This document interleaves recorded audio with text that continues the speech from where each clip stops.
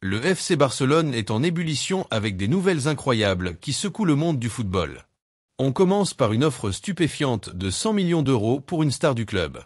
Pendant ce temps, Ferran Torres pourrait faire ses valises pour rejoindre l'Italie, et un scandale de sanctions provoque l'indignation des supporters barcelonais.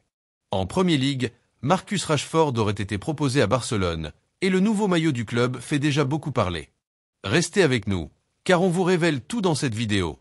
Mais avant de continuer, si vous êtes nouveau ici, c'est le moment idéal pour vous abonner à la chaîne, laisser un like et activer la cloche de notification.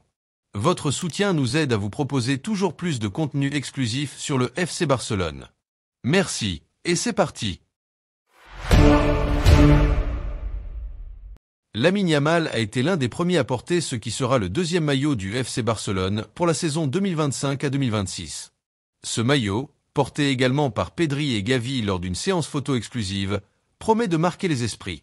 Conçu par Nike, il rend hommage à Kobe Bryant et fait partie d'une collection inspirée de la légende des Lakers. Le design se distingue par sa couleur ocre pâle, accompagnée de détails noirs et violets qui rappellent les couleurs iconiques de l'équipe de Los Angeles.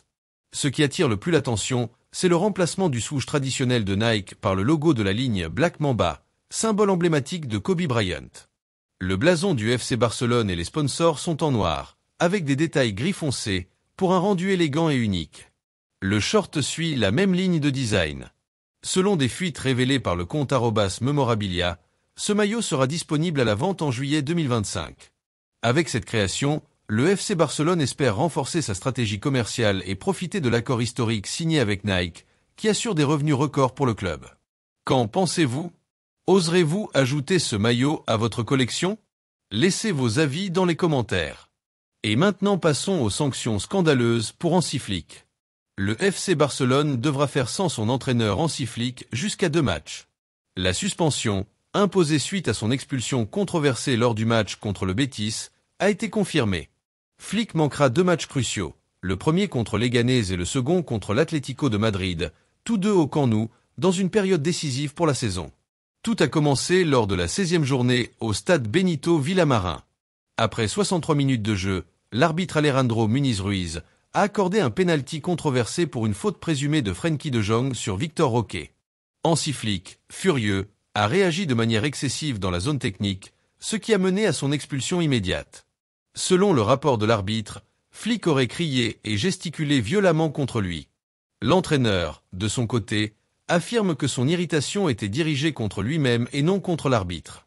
Malgré les preuves vidéo présentées par le club, la commission d'appel a maintenu la sanction. Pendant son absence, l'assistant Marcus Sorg prendra les commandes depuis le banc. Heureusement, cette sanction ne s'applique pas à la Coupe du Roi ni à la Supercoupe d'Espagne, où Flick pourra diriger l'équipe. Les Blaugrana devront montrer leur résilience dans les prochaines semaines pour rester dans la course au titre. Une opportunité pour le FC Barcelone en Premier League. Selon le journal Sport, Manchester United a décidé de placer Marcus Rashford sur la liste des transferts cet hiver. Lassés par ses performances irrégulières et sa vie nocturne agitée, les dirigeants des Red Devils souhaitent tourner la page. Le FC Barcelone s'intéresse à cette opportunité, mais les défis financiers pourraient compliquer l'opération. Manchester United demande 40 millions de livres, environ 48 millions d'euros, pour le transfert, tandis que le salaire actuel de Rashford, 325 000 livres par semaine, représente un obstacle majeur. Pour que l'accord se concrétise, Rashford devra accepter une baisse significative de ses revenus, car Barcelone n'est pas prêt à débourser de telles sommes, surtout pour un joueur en manque de confiance. Le club catalan étudie actuellement cette piste avec prudence. Le mercato d'hiver s'annonce agité pour Barcelone. Ferran Torres et Rafinha sont dans le collimateur de grands clubs européens.